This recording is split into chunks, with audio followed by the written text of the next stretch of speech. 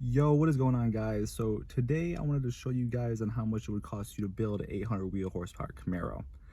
Mine cost pretty cheap, to be honest with you guys, because I did all the work myself with the help of some friends and my family, because I was born into a mechanic family. But this car does beat Z01s, Z01 1LEs, and stock Hellcats. Then again, I haven't really raced much of the car just because I practically bought this car as my first car ever, and I did so much stuff to it, which is I just shouldn't have done. But today I'm going to show you and tell you how much it costs to build this car, starting with the price of the car, which in today's market would be nowhere near what I got it for. So today we're gonna start it and let's get right into it. We're gonna start with the price of the car. So the car cost me $21,000. It did not look anywhere near how it looks right now because I did a bunch of stuff to it. But yeah, that was the cost of the car itself.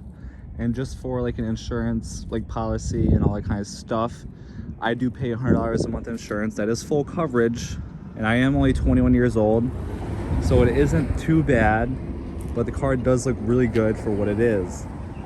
I mean, you can call it a knockoff ZL1 1LE. I mean, I don't really care what other people think about my car. It is my own car. I built it to how I wanted it. It was one of my dream cars. And yeah, I mean, she looks pretty good if I say so myself. So beginning with the first thing that I kind of bought with this car was a supercharger. I got this blower for $1,000 on eBay.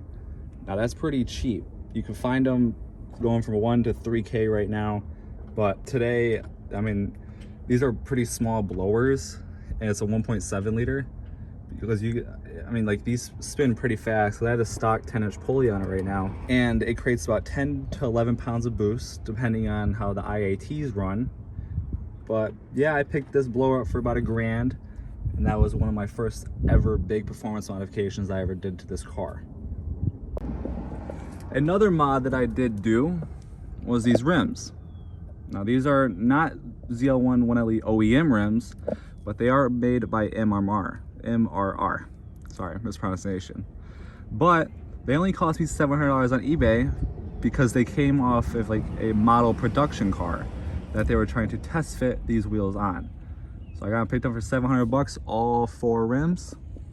You can find these, like, you can't find them anymore. They don't make these rims anymore because I don't know why. Maybe because of GM not allowing it, because they are basically replicas. But yeah, 700 bucks, and the tires only cost me around $500 for one, and then so about $2,000 for all 4 tires, which isn't that bad considering on how wide these are. I do have 305 3019s in the front, and then if you move on into the back, I do have 325 3019. Now these tires are pretty wide for what they are. If you take a look under there, they are really wide, but they do grip really good. Another simple mod that I did was these little side skirts right here. These were only 150 bucks. I would not recommend them. They are really cheap. I would recommend getting a different kind of set, because if you look right here, they kind of, I don't know if you guys can see that too well, but there's a big gap right here, which I really don't like. But I mean, like, because these stick with 3M tape and they bolt under, but other than that, you really can't do much about it. You really can't tell when you're looking at it from afar. But yeah, not too bad for a little cosmetic mod. It was 150 bucks. Now this front bumper was $700 from Icon Motorsports. It is a replica ZL1 1LE bumper. There is some things off if you do look at it from, if you have like an OEM ZL1 1LE, you will have a lot of things off with this bumper. Basically starting with this. This bumper does not come with a place to mark the Chevy bow tie. I glued this on with super glue and it's been staying pretty well, surprisingly. I don't know on how. I've reached this car pretty top speeds in Mexico, and it's been holding up pretty well. As well, this bumper did come unpainted. So my friend does professional painting. He's had to repaint this 3 times because it's like a weird material I don't know what's going on with the bumper, but there is some like imperfections in the paint. This I need to get. This is a big rock chip. Literally flew up. It was on the freeway. But there is some imperfections in the paint, which all I gotta do is wet sand it out, which I haven't done yet. But it was just $100 for him to paint it. And yeah, not too bad. Definitely could be better, but not too bad. Another modification I did do was ZL1 1LE spoiler. Now, as you can tell, it does not have the winglets on it. One reason for that is because it flew off on the freeway going about 110, which was not a good idea. They are only held in by 3M tape all along this side right here, which I don't know why people would manufacture it like that and not just drill it into the sides. But to each their own. But that spoiler cost me about $500. Another mod I just recently did was I picked up a set of GM OEM smoked taillights. They don't make these anymore. These are actually not produced anymore. I don't know why, mainly probably because of the older model. But I picked them up for $475. You can buy them brand new off of ACS Composite for around $650 to $750, I think. But I just found them on Facebook Marketplace for $475, and I was like, why not? As well, I picked up this smoked taillight because I did not want to pay $130 for your GM OEM one, just because it wasn't really worth it. But I picked up this for $33 on eBay. Works really well, looks pretty good if I say so myself. As well, continuing with engine modifications, I can't show you the inside of the engine, but I can say what I've done to it, and you will think I'm lying maybe, but I don't know. It doesn't matter. Anyway, I did cam this engine. It has a BTR Stage 2 camshaft, supercharged with 38% fuel lobe, upgraded valve train, all that kind of stuff. It's the whole cam kit. And that install only cost me $100 because the engine was already out of the car being rebuilt because I blew it up with that supercharger when I put it on first. Turns out that these engines can only hold 650 wheel on stock internals. The L2 ones are not good for boosting at all. I would not recommend it to anyone. I mean, unless you're staying like NA, stay NA. Boosting it, you're gonna have to do forged pistons, forged rods, which I did. Forged pistons and forged rods cost me about $2,000. The only reason for that, I would only paid $1,400 for them, but there was so much back order that I didn't really feel like waiting because I needed the car back because I live in Michigan and there's a cruise called Woodward that I go to every single year. I've always been going as a kid, and I kind of just wanted to get it over with, mainly because I just didn't want to wait. So it cost me about $2,200. So I paid over $600, which I could have got, but it's okay. I figured it out. At least I got the engine running. Also, if you take a look at this whole engine, it looks pretty standard like a ZL1. But I do have, don't mind like the wire setup because I'm still trying to figure that out. But I do have a coolant reservoir right here that cost me $300, made out of plastic. I don't know why I bought that off of, I think, LSX Motorsports. I think that is the website. I'm not too sure. Don't quote me on that. But that was $300 just so I don't have to bleed the system continuously, and it kind of works out really well. As well, some other internal modifications that I did do to this engine was, let's take a look at my paper that I have written here so we don't mess anything up. I do have the LT4 fuel injectors. That cost me about $500. That's just so I can run E85 and everything and keep the fuel up with the boost. I also do have the LT4 low pressure fuel pump in the back, the in-tank pump. That cost me $150, which wasn't bad at all for, fuel pump. I also do have the LT4 high pressure fuel pump. That's $650, which I got off of Wild Hammer Motorsports, which isn't bad at all for that. They usually go for like 700 plus. So that's pretty good price, especially when you guys are doing these types of engine builds. I mean, GM V8s are so easy to work on. I recommend doing all the work yourself if you have like the tools and like the means, because my dad was a mechanic and he had everything here. He has like $20,000 worth of tools just in his garage alone. So I got to use all of that to my disposal, which was super nice. Another modification I did do to this car was I spent $1,000 on a one-piece drive shaft. It's not the carbon fiber version, just the aluminum version, I'm pretty sure.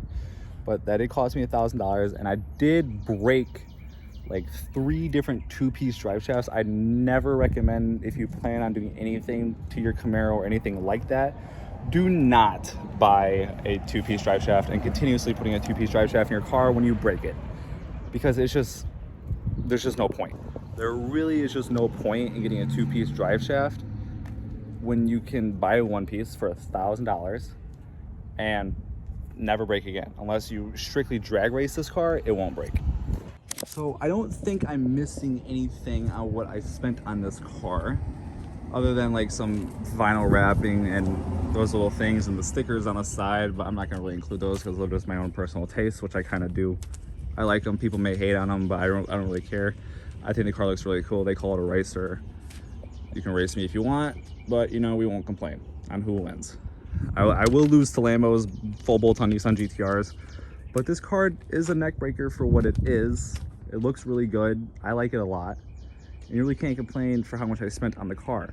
So in total, I spent right around $14,750 on all pure modifications on this car, not accounting for maybe like, I think $500 of labor, which I had someone else install that low pressure fuel pump in the back of the car because I don't want to mess with the gas.